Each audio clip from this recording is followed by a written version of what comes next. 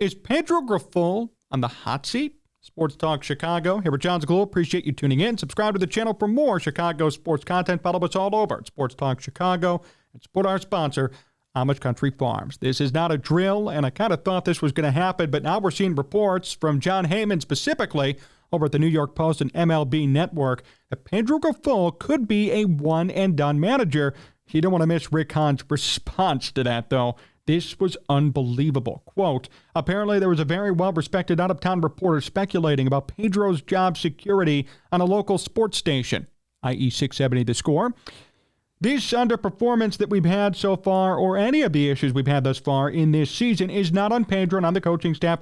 I don't think we could have been more clear about that.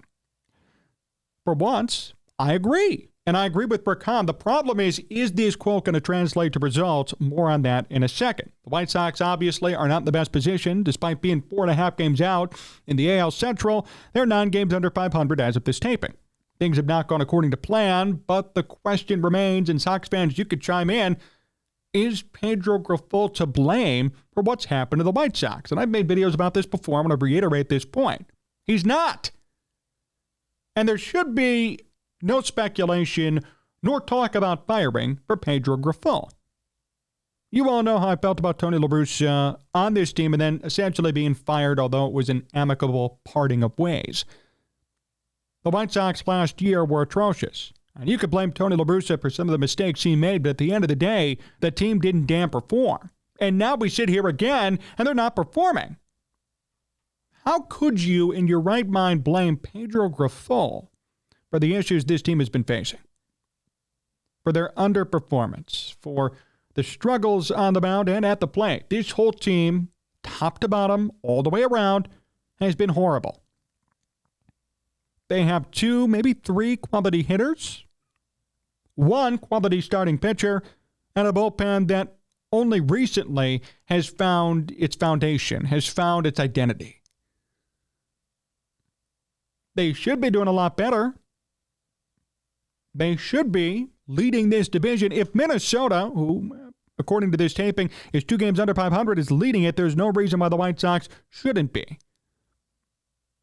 This AL Central division is a battle of who doesn't want to win it, apparently, because every team in the division is under 500, and there are 4 teams within 4 games of the top spot, and they're all under 500.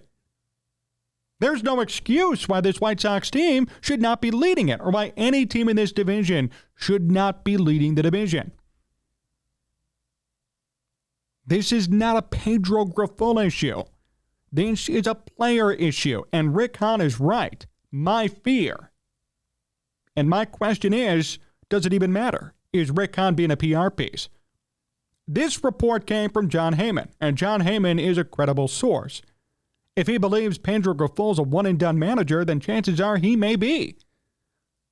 And if that were to happen, that would be a grave mistake on behalf of the White Sox. It'd be dumb, it'd be stupid, it'd be short-sighted, and it would not punish the people who truly have put this team in the position, which is everybody but Grifol. He inherited this team, didn't have much to do with it. Rick Hahn already made it. Jerry Reinsdorf already signed off on it. Kenny Williams is making the moves from behind the scenes.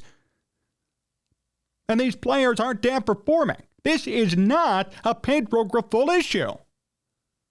So seeing a report like this is ridiculous. If there's any ounce of truth to it whatsoever, that's going to be a shameful firing for the White Sox. Pedro Grifol should not go anywhere, nor should he be blamed for the struggles this team has faced. It's not his fault that Tim Anderson's one of the worst qualified hitters in baseball. It's not his fault that Lance Lynn is an ERA above 6. It's not his fault that this entire team, with the exception of 3 or 4 hitters, have OPS pluses under 100. Each individual player is responsible for his performance and for his effort level too.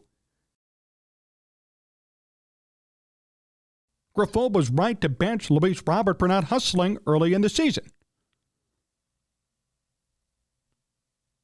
And he's right to discipline his players when he sees less than 100% effort, considering this team is certainly in a division and playoff race. Whether they like it or not, they're in it still.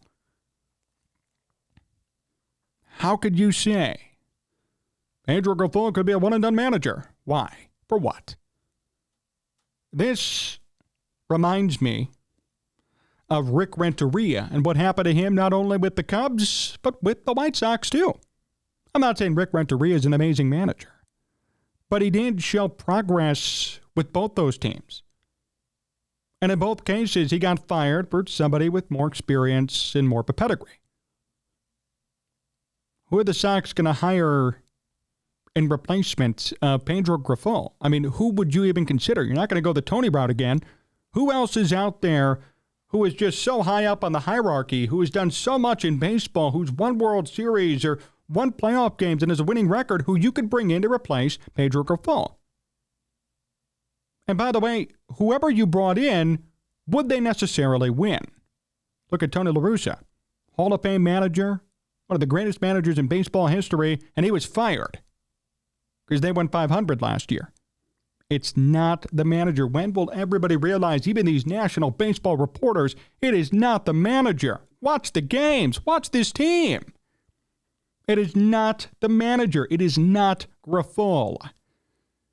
It's Rick Hahn, it's Kenny Williams, it's Jerry Reinsdorf, and it's these damn players who just are not performing for whatever reason. And I give the White Sox credit. They've certainly improved in their past 30 games versus how they started. And I wish them the best. I hope they run the table and somehow win this division. I do. Not because I'm a fanboy, but because the story would be amazing. And it would bring excitement to this fan base who has been starved and who's really, unfortunately, been lied to. Because they were told this rebuild would be huge, and so far all they've gotten out of it is one winning season. That's it. One. Or I guess two if you count the COVID pandemic year. I don't. So one. Yikes. You were promised a Cubs type of dynasty. You really were. You were sold on that. And although it wasn't necessarily communicated from management, we all kind of thought it was going to happen. We saw all these young players coming up. Luis Robert, Oscar Colas, Yermin Mercedes, if that name rings a bell. All these young guys, Dylan Cease, Lucas Giolito, Tim Anderson, Jake Berger, Michael Kopech, Carson Fulmer at the time. He was a part of the plans. And not a lot of that worked. You got 1 year to show for it. That, in my mind, is a failure. And if I were running that team, I would give everybody 1 more year, like they are getting right now, and then I would fire everybody. Kenny Williams would be gone. Rick Hahn would probably be gone.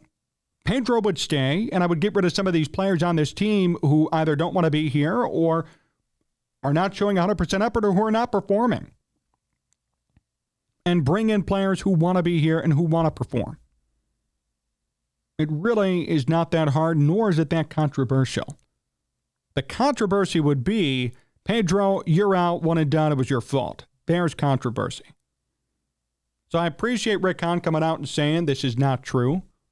And I want to believe him, I really do. But I know the trajectory of GMs and executives publicly backing managers. Usually it never ends well. In the NFL, if a coach is being publicly backed by their owner or GM, they're going to be fired soon. Matt Rule, Cliff Kingsbury. We could go back and forth about all these coaches who've been backed publicly and then they get fired. So this report coming out again from Jon Heyman, there is credibility to it. I believe it. Jon Heyman's a great reporter. I believe that this could have a hint of truth to it, which means that there are people inside the White Sox organization who may want to see Pedro be the fall guy, be the one and done guy. I'm here to say right now, in June, that would be total BS. That would be completely wrong. It'd be unfair to Pedro. It'd be unfair to this White Sox team. And it would mask the true problem, which are the executives and the players, not Pedro. What proves it? What vindicates it? Well, Tony La Russa. Tony last year went 500 with this same group of players, and Tony's a Hall of Fame manager. And he got fired. They hired Pedro Grifol, who has no managing experience whatsoever, to replace a Hall of Famer. And he's not winning with them. What's the common denominator? The owner, the executives, the players, not the manager.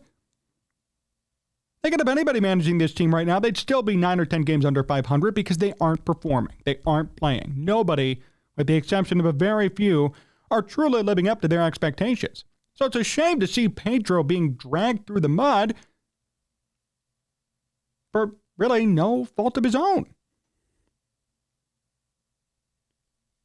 I'm appreciative of Rick Hahn sticking up for him publicly, but I hope everybody sees this today. White Sox fans, I hope you see this today. We're in June, late June, not even near the trade deadline yet, and there are reports from sources saying that Pedro could be a one and done. If that were to come true, that would be a joke. Pedro Grifol needs to stay, and if the White Sox want to blame anybody about their struggles and about why things didn't work, maybe, just maybe, they should look at themselves inwardly and not at Pedro.